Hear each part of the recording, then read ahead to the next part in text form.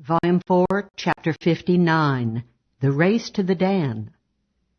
Morgan, however, was not yet safe, for Cornwallis was coming north with his main army to catch and crush him, caught between two courses of action, abandonment of the North Carolina plan and a swift march north to Kings Mountain to intercept Morgan, which Tarleton had urged.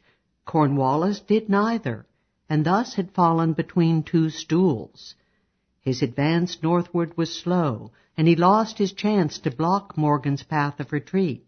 He was in his camp at Turtle Creek, 25 miles east of Cowpens, when he heard of the disastrous results.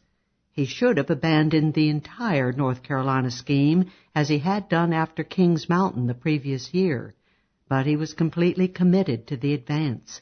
He set after Morgan with 3,000 men, sending 700 under Lord Rawdon to Camden to assist Leslie against Greene. But delays and forays in the wrong direction lost precious time, and Cornwallis found, when he reached the anticipated point of interception at Ramsauer's Mill, that Morgan, who had been marching away into North Carolina at remarkable speed, covering 100 miles over difficult terrain in less than 5 days, was already 2 days' march away. Cornwallis, ever inclined to be rash and impetuous, now so embroiled himself in the task of invasion and of catching Morgan that he overlooked more strategic, long-run considerations. For the sake of speed in the race with Morgan, he jettisoned all his stores and baggage. This desperate destruction led 250 Hessians to desert. When Nathaniel Greene at Cheraw Hill heard of Morgan's victory, he did not let his joy becloud his realization of the immediate danger to Morgan. He ordered General Huger to march his men north to and beyond Salisbury, North Carolina, for a link up with Morgan's force, while Greene himself raced heroically all the way to Morgan's camp on the Catawba River. Here the two generals disagreed over strategy. Morgan counseled a rapid retreat into the western mountains, certainly a prudent course which would have ensured that Cornwallis could not follow.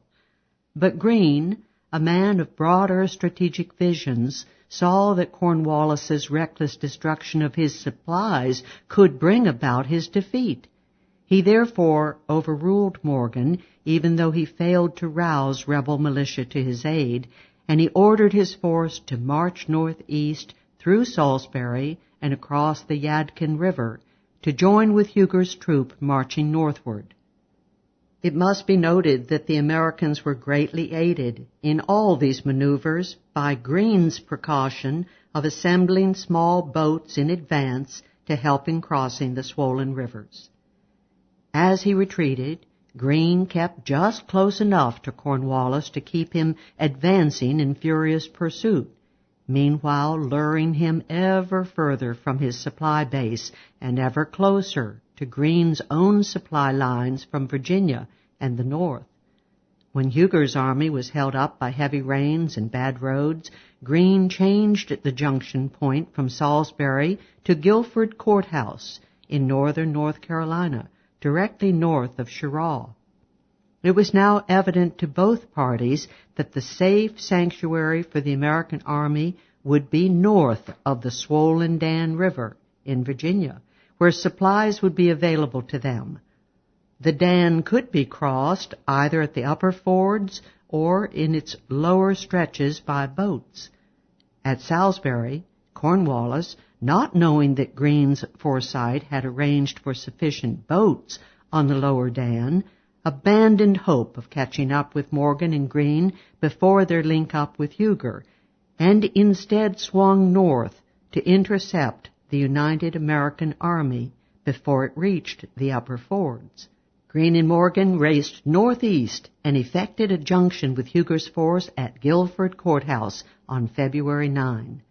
The American Army of the South was once more united, and Cornwallis was 25 miles due west at Salem. Greene was by no means committed to retreat behind the Dan. His cherished goal was to turn upon his supply-depleted pursuer and smash him decisively. He called for, and expected to receive, additional forces from Virginia and local militia. But no Virginia troops arrived, and the militia were disappointing. His army totaled only 2,000 men against nearly 3,000 for Cornwallis. His council of war unanimously urged him to press on to the Dan on February 10. The race for the Dan, 70 miles away, had begun, but it had to begin without Morgan, whose ill health, perhaps aggravated by his opposition to what he considered a reckless course, led him to retire permanently from the fray. Of America's top generals, only Greene was left in the field, but he would be enough. He detached 700 picked men under Colonel Otho Williams to move west and then to the north to harass the British advance and to fool the British into believing that the Americans were making for the upper fords. Cornwallis was fooled, and he began to race north toward the upper Dan. Both Cornwallis and Williams sped through wretched winter weather, sometimes covering 30 miles a day, with Williams's men getting little or no food or sleep. On February 13, Tarleton saw through Greene's plans, and at his urging, Cornwallis shifted east toward Greene, with Williams racing to keep ahead and following Greene's route to the crossing at Irwin's Ferry.